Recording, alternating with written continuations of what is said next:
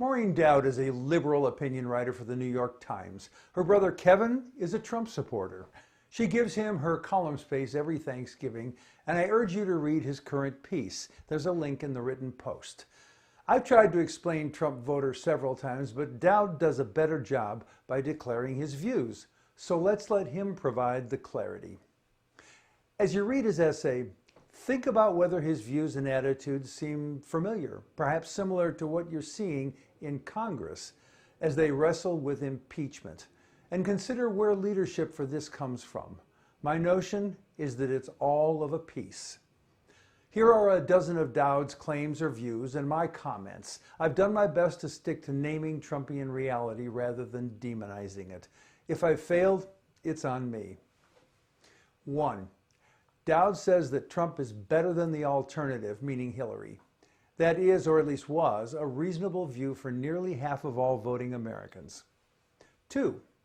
He claims that liberals sneer at religious conservatives. That's a profound and completely unsubstantiated victim-y claim. 3. He gives all credit for the improved economy to Trump, even though it was set up by 8 years of continuous economic expansion under Obama. 4. In a support the police context, he says that Michael Bloomberg should stop apologizing for his stop and frisk policy when he was mayor of New York. In doing so, Dowd unmasks his attitude of white privilege, which doesn't sound too good to those who live with black privilege. 5. He thinks Trump has done a great job with North Korea and Iran, this offered in a sweeping, unsupported claim. Note that Trump has done so well with those countries that Iran is now preparing to enrich uranium again, and North Korea is set to test fire its first intercontinental ballistic missile that could reach the U.S. mainland. 6. He likes Trump's court picks, especially for the Supreme Court. Fair enough, except for the long line of district court judges who were determined to be profoundly unqualified by the American Bar Association, but who now have an appointment to the bench for life. 7. He defends Trump by claiming no harm, no foul because the military aid for Ukraine was released without a Ukrainian investigation of the Bidens or a search for the fantasy Ukrainian CrowdStrike 2016 server. This defense ignores the salient facts, such as that the release of aid only happened after Trump was caught and publicly outed. And it ignores the facts that the months-long withholding of aid was illegal, and using it to pressure Ukraine to smear the Bidens was illegal, and soliciting foreign interference in our upcoming election was illegal. 8. He baselessly attacks Adam Schiff solely with snark. He attacks yet others solely with snark. No facts. Then he attacks all of the Democratic presidential candidates with, you guessed it, snark. It's playground bully name-calling used as a political tool to smear opponents. I think I know where he learned that. 9. Dowd claims the House Intelligence Committee impeachment hearings were full of second and third-hand information. He ignores the mountain of first-hand testimony and the stonewalling by Trump to prevent still more first-hand testimony. 10. He hopes the IG report is devastating to Comey, McCabe, Brennan, and Clapper. That is, he wants Trump opponents to face legal prosecution. That reminds me of an acquaintance who, shortly after Obama was elected, said, "I hope he fails." That's deeply disturbing and can reasonably be called unpatriotic.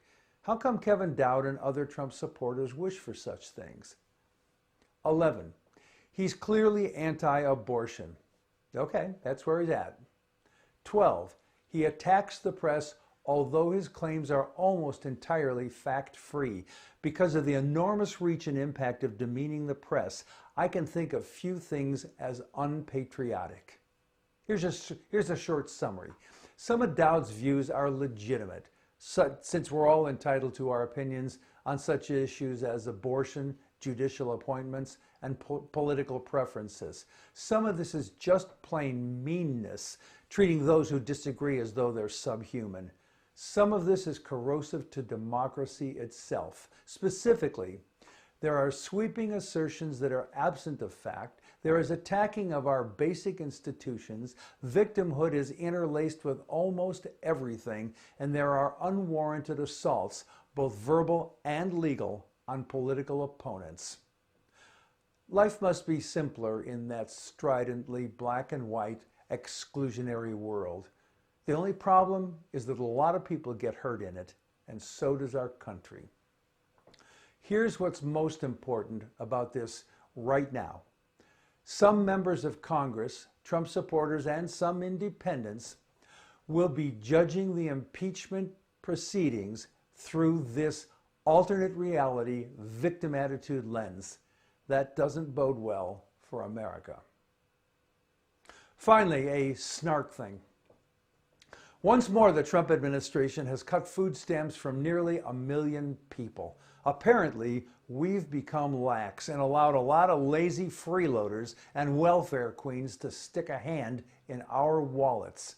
Well, that stops right now. This bold new program should teach those seasonal workers, impoverished rural people, and their lazy children a lesson. And the really good news is that this will eventually stick it to 2 million more of those losers.